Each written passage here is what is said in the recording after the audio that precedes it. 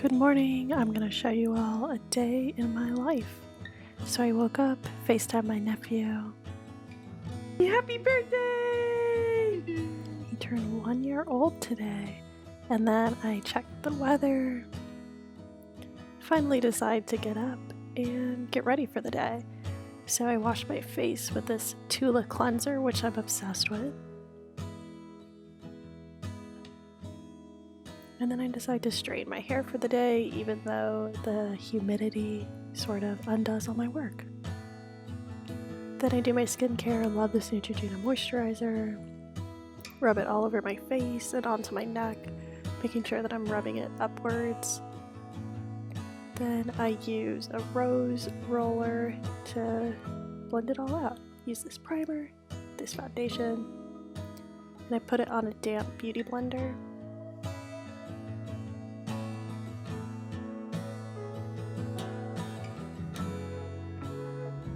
And I blend it all out into my hairline and down to my neck.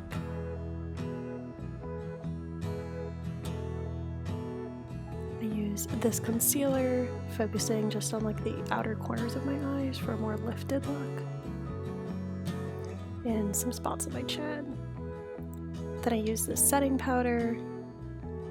And I also use my same damp beauty blender to apply it, focusing on the spots that I put the concealer under my eyes and my chin.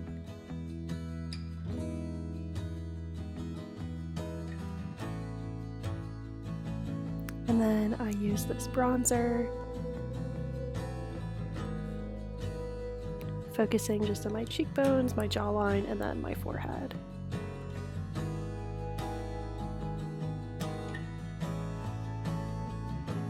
And then I use the same bronzer and apply it as eyeshadow as well, really just focusing on the creases of my eyelids.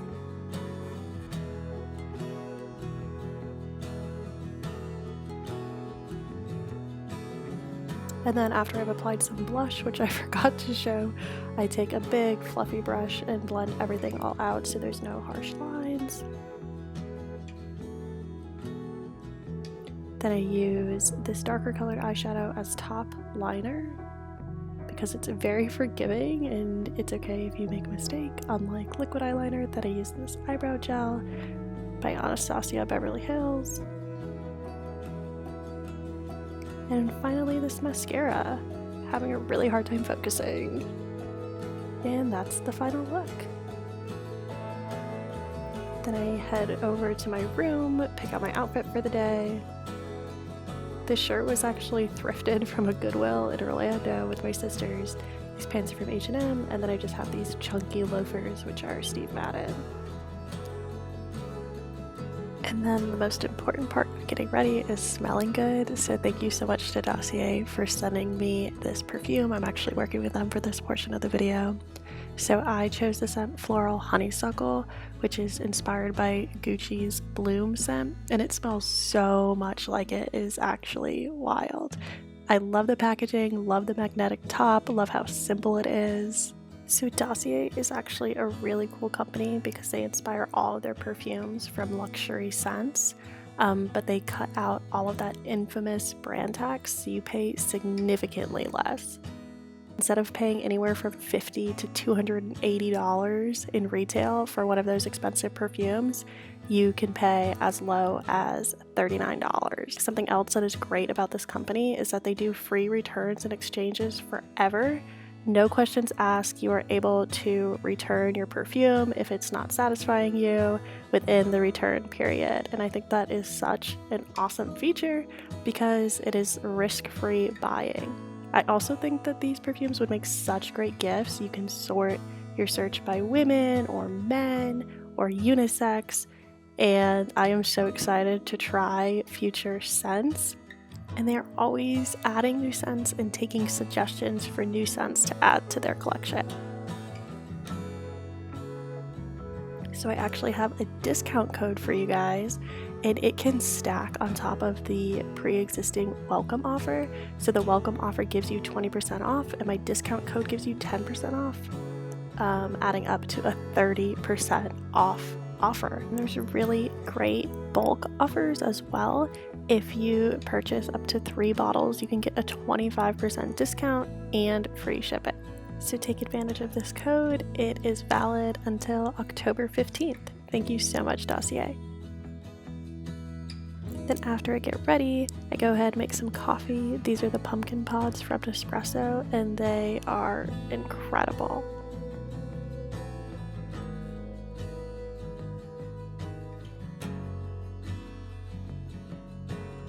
I eat some pumpkin Cheerios for breakfast, and then I head off to campus to teach.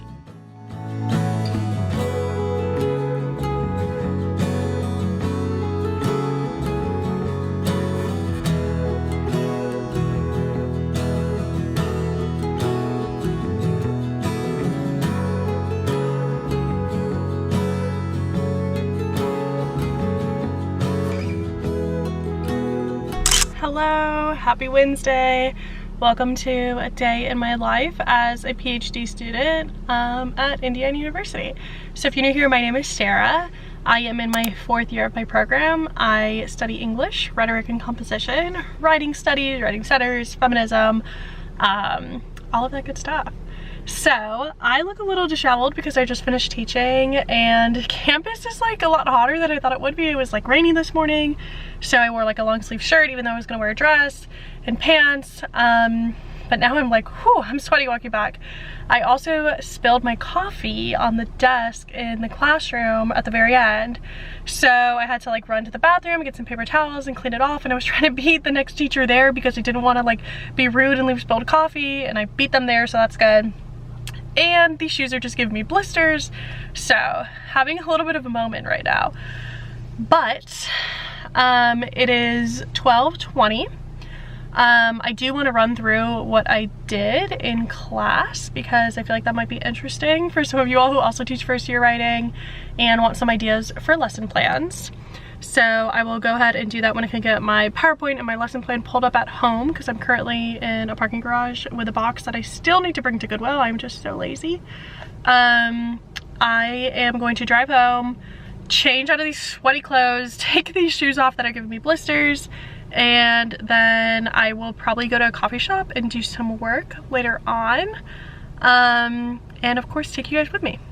So here's my lesson plan for today. I pretty much just use the same template for every day, and then I change it depending on what we're doing. So I always like put in all caps and highlight in yellow the things that I need to do before class. So I needed to get to campus early because I had to print the sample essays, and I needed to remember to bring some blank note cards. So I always take the first 5 minutes just to like check in, take attendance, see if they have any questions about anything. We went over a lot of information last class, so I really paused to make sure there were no questions, but of course there weren't. Actually there was like one, but then we went over a PowerPoint that we didn't get to finish last class, which was basically like how to write an introduction, how to write a conclusion, a thesis statement. So we talked about conclusion writing today, just for like 5 minutes. And then I went into the new PowerPoint for today, which was all about how to structure a paragraph. And I started off with this meme from The Office, but a lot of them had never seen The Office, so they didn't think it was that funny, but it's fine. Then I went into the paragraph sandwich, talking about topic sentences, evidence, analysis, conclusions, gave them a chart for transition words. A lot of them said they had seen something like this before, since it is like a section of all international students, and that's pretty common when learning a language. And then we went over a sample essay. I gave them like 10 or 12 minutes to read it on their own. I gave them each a printed copy, and they were supposed to mark it up if the thesis was strong, if the structure was good, the introduction, the conclusion. Is it doing all those things that we talked about? And then to look at one specific body paragraph, is it modeling that paragraph sandwich? And then I showed them the rubric. This is the same rubric that I'm gonna be using to grade their essays. And I actually had them go in and like grade the essay according to this rubric. Like, how well was the thesis meeting these goals? How well was the analysis focused on details that support the thesis? And then we sort of just talked about it from there. But something else that I did is when we were going over the essay, I had like my own annotations on this, and I was like shifting back and forth between the questions on the PowerPoint and then my own annotations, where I went through like every single part, and I was like, look, this is how they're bringing in quotes. This is how they're using a 1-to-3 ratio of analysis for evidence. And based on like their reactions and how like vigorously they were taking notes, I think that they found this pretty helpful. Although like any document that I go over in class, I will always upload it online, so they will have access to this later on. And yeah, for the most part, they all, or not for the most part, I think every single student gave the essay something in the A range. And I was like, do you guys feel like this is the type of essay that you guys are capable of writing? And they all said yes. So I said, perfect, we're all gonna get A's. And then afterwards, I wanted to do this activity. This is why I needed the note cards, but we were running out of time and I spilled my coffee, so I was frantic. They were gonna use one of the note cards that I brought in and just like write an anonymous question that they have about the class in general. Just so, I don't know, because I feel like sometimes students are shy or they don't know how to ask something. So then I was gonna answer some of those questions next class, but I'll just save that activity for another time. And then I always end by going over the homework that they have. They have a first draft of their essay due before class on Friday. And then I really recommended that they email me if they want to chat about it, because I just have like office hours by appointment. And that is how I filled my 50 minutes of first year writing today. So for lunch, I'm gonna try this butternut squash mac and cheese from Trader Joe's. It looks intriguing. No, I'm sure it'll look good once it's cooked. Megan says that it is delicious, so I trust her that she's right. She is making breakfast for lunch: avocado toast, strawberries, bananas, a fried egg sizzling over here. That looks good. Okay, here it is out of the oven and piping hot. I cannot wait to try it. Okay, so Megan was not lying. This is so good. It's just like so flavorful. And it doesn't taste like squash at all. It doesn't taste sweet. It tastes like noodles. But maybe you're not supposed to like feel guilty. I don't think you should ever feel guilty for eating, but feel guilty for eating pasta. Really good. Alrighty, in my car again at a coffee shop called Soma. I go to the one that is like across the street from Feta. There's a Soma like on one end of campus and on another end of campus, but parking is like a nightmare for both of them. So I go to the one that is more like farther away from campus. Hopefully I can find a table. I try not to do like 2 cups of coffee a day, but if I'm gonna do a second one, I always try to make sure that it's like before 3 o'clock. And it's 2:30, so we're good. Yeah, maybe I'll get a little pastry or something as well to go with all that mac and cheese sitting in my stomach.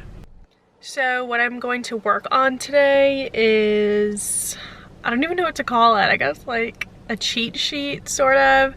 So if you're new to my channel and you don't know, I take my PhD qualifying exam a week from Friday. So that is like 9 days, because today's Wednesday. Oh my god. Okay, can't think too much about it. I've been preparing for it since like May.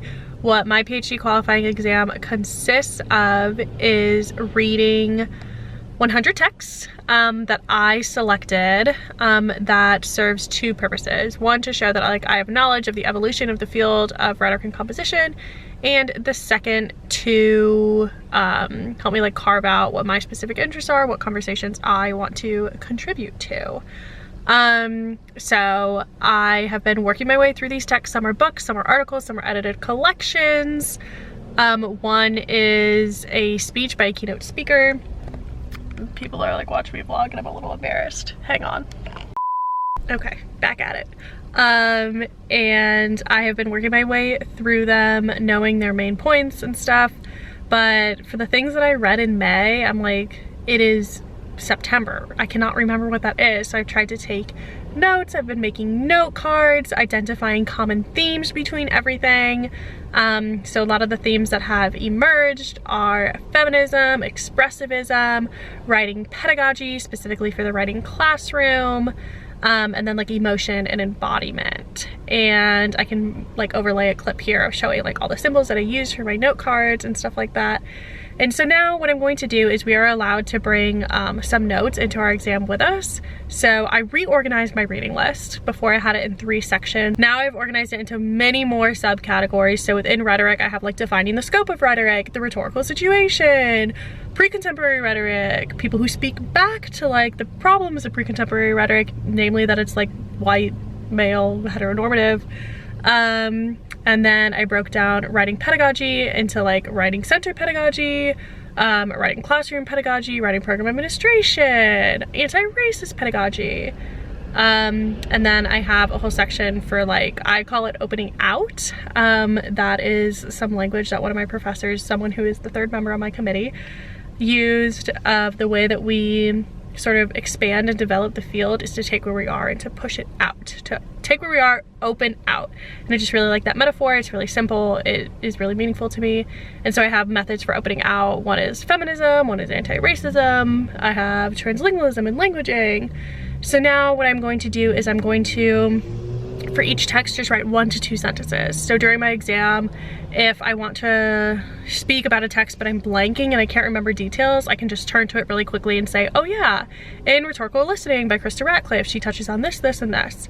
And I'm also going to include some quotes in there too, as per suggested by my chair. Another person's coming.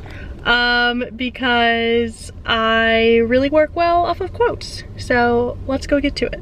An update for you guys. I am back home. I got a good amount of work done at Soma. They accidentally gave me a double shot. I just ordered like a regular latte, which is just like 1 shot of espresso in a size small, and they were like, oh my god, I actually put a 2nd shot in here. Do you want us to transfer it to medium? And I was like, sure, it's meant to be, why not? So I'm like feeling very amped up, but I only drank half of it. Soma's coffee is just so good. And I got a seat next to a charger. My goal was to get 10 entries done, and I'll show you guys what that looks like. So I went in and I just put like short, small little blurbs for each text. Some obviously are a little bit bigger than others, the texts that I really plan to talk a lot about. Like this one here, there's no way this is going to come up in my exam.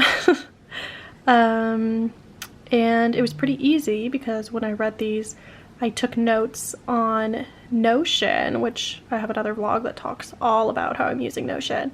So I was able to copy and paste a lot of that thinking, but for some that I only had notes for, I went back and or like annotations on the actual PDF. I looked at the parts that I highlighted, like this one by Ed Schiappa, and I just put a lot of quotes here. And this made me feel so much better about things. Because I'm like, my brain only has room for like 5 texts at a time. So anytime I read a new one, I'm like, that's just out of my head. And now I'm like, now I only have room for these new 5 that I've most recently read.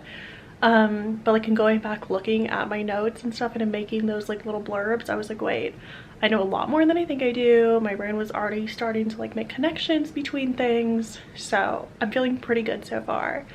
There's 9 days to my exam. I would love to have blurbs for all 100 texts on my reading list, but I know I'm not going to, and that's okay. So if I can continue to do like between 10 and 15 a day, I will be making excellent progress. I got a comment on my last vlog about how do I like balance knowing how much time to study with like life stuff. So one thing I will say is that I am so immensely relieved to be out of coursework. So my program was coursework for the first 3 years, and that just took up so much time between being on campus waiting for class to begin, reading texts I didn't really care about, so I was able to like be conscious and aware of what was going on in class discussions. That just took up so much time. So if you're still in coursework, it's tough to manage time, truly tough. I was so anxious. But now that I'm only studying for this exam, I'm anxious in a different way. But I really am finding that I have a lot more time. Like I'm about to wash my face and go outside either for a walk or like a very small run because the weather is nice and I have the energy and because I have the time. It's really helpful to set timers as well. So I try to set either a time goal or a specific like quantifiable goal. Like I knew I wanted to get 10 entries done and I thought that should take me about an hour. It took me closer to like an hour and a half because I was like on my phone a lot and whatever. But yeah, sometimes I'll be really strict about time, especially if it's a task I don't want to do. Like I'm gonna read this article and I'm not gonna let myself spend more than 45 minutes on it. Or I'm gonna write this letter of recommendation and I'm not gonna spend more than an hour doing it. And like literally setting a timer so it like buzzes or dings when time is up and then you're done. You shut your laptop. That's a really good trick. Or to set like those small goals, to break things into chunks, especially because it's obviously a goal to put blurbs for all 100 texts, but to say 10 at a time, 5 at a time, 12 at a time, that is super helpful as well. Arizona garden, stucco in the heat. Let me take you dancing. Let me get you on your feet. Arizona garden with my little cactus flower. From my run, that was a pretty failed attempt. So I've taken the past 2 weeks off of running because I was having really bad shin splints, just like my calves were burning even when I was walking. So it's like, let me just take it easy because I went pretty hard. And I walked yesterday for like over 2 miles and I was perfectly fine. So I was like, cool, let me try running today. I felt great. The weather was beautiful, clear skies, 75 and sunny. It's really turned around today. And then I did like my first little stint just to like half of a song and I was like, oh, this isn't right. So then I stopped and just kept walking and it felt better when I walked, and then I tried running again and I was like, I can't do this. And I've had like a hip issue too on my left hip. It really hurts like getting in and out of cars especially, and Megan diagnosed me with an impinged hip. But that was fine too. I didn't feel it at all last week. And something about running today, now I'm like feeling it again. So I don't know what's going on. I'm gonna try doing some exercises. I should try getting back into yoga. Yeah, not ideal, but it was still really great to be outside. I don't even feel like sweaty. Like I normally am just like dying to shower when I get back, but I'm like, yeah, I'm sure I'm a little smelly, but I feel good. I think I'm gonna sit on my porch, read some, ooh, it's sunny. Read some more of Untamed, which I have been loving so far, truly having like a spiritual experience reading this. And then I will probably get to cooking dinner with my roommates. Today slip away in the golden hour. Okay, it's 8 o'clock. I've been cooking brown rice for like an hour. No one told me brown rice took forever to cook. And I roasted some chickpeas. And we have some toppings here, not the grapes, red onions, cucumbers, peppers. We're gonna do like feta, hummus, tzatziki, whatever. Laura's been lesson planning this whole time, like an angel. And I don't know what Megan's been doing. I assume for fun? Yeah. Love that. Love that. I vlog. I would just like to say that the box told Sarah that the rice would take 40 minutes. I didn't believe it. I didn't believe it. White rice says like 30 minutes and I've always cooked it in 20. What I will say is, since moving here, since moving in with these angels, their fatal flaw has been that they do not believe in the quick and dirty rice, the ready rice, the microwave We're so hungry. rice. I can't. I believe in it now, let me tell ya. I believe in it now. Okay, I just called it on the rice. The rice is underneath it and I'm sure it's crunchy, but it's 8 p.m. and it's time to eat. We've got nothing but time and music and a sweet cold drink in the heat. Oh, I'll be beside you every step of the way, right here beside you every step of the way.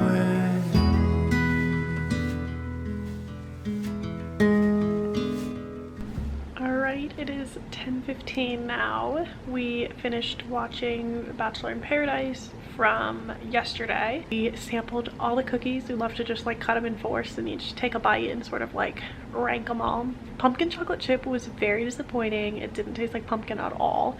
The pumpkin chocolate chip cookie that I had from Selma was way better. The blueberry cheesecake was very good, and the chocolate chip, or the chocolate with peanut butter chips, was incredible. And then the last one was like a sherbet flavor. It was weird. There's always one that's like weird, and it's like really hit or miss, and that one was weird. It was miss. So this is about the time of the night when I typically feel compelled to do a little more work, and I start getting anxious because I taught today and that was work, but for exams all I did was those 10 entries at Soma. So I feel like I need to read another book review or do something else today. But also today was a really good day because I felt like I was productive and still balanced. So I feel like I don't need to push myself to do anything more. So I don't know. I don't know if I should try and read something or if I should just like feel content. And like I said, it's always like, I always get into this state at like 10 p.m., 11 p.m. when it's time to start thinking about going to bed. Every step of the way, right here beside you. Every step of the way.